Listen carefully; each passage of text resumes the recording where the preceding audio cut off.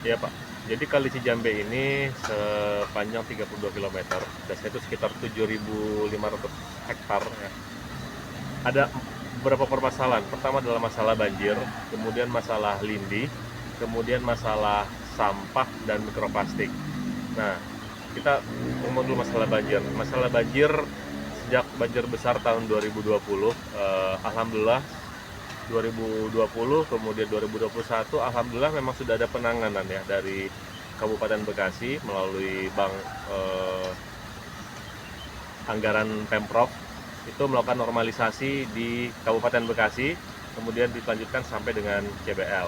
Nah, itu diperlukan adanya polder atau kolam retensi untuk meminimalisir overflow dari air. Dan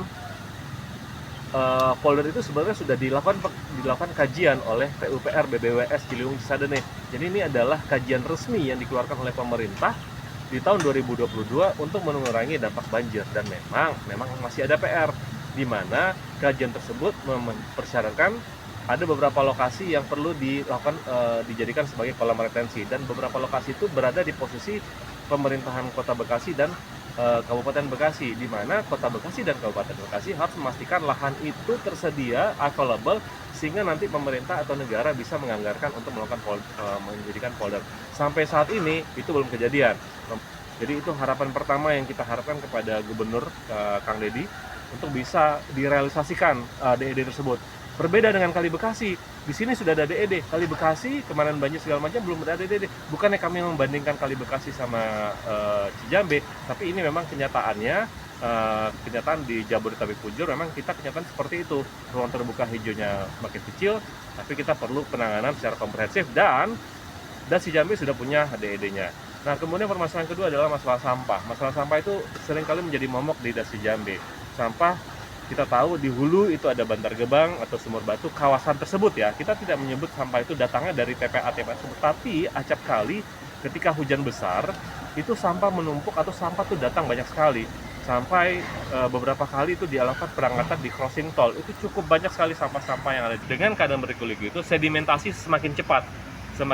Jadi ketika sudah dikeruk, sekarang kalau bisa dilihat terakhir dilakukan normalisasi tahun 2022 khususnya untuk Tambun Selatan dan Jatimulya, sekarang itu sudah tinggi lagi. Nah, memang harapannya pemerintah secara periodik itu melakukan pengerukan, normalisasi, dilakukan pengerukan secara berkala supaya sedimentasinya bisa diangkat dan kapasitas kalinya lebih maksimal lagi. Kenapa? Karena tadi disampaikan ada sampah yang masuk ke dalam badan kali, dan sampah itu membawa pasir dan segala macam. Ketika dia sampai di tempat yang bertikungan atau ada tikungan, itu akan menimbulkan sedimentasi. Jadi harapannya begitu Pak, lakukan normalisasi secara berkala. Ya, contohnya di sini Pak, contohnya di sini kita bisa lihat, ini seharusnya ini adalah badan kali.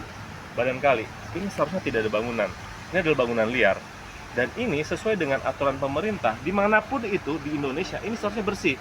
Supaya apa tadi seperti yang Bapak sampaikan? Supaya akses kendaraan berat ataupun maintenance kali ini bisa dilakukan. Jadi harapan kita adalah bangunan-bangunan liar seperti ini tolong ditertibkan. Nah, kita bisa lihat di situ Pak.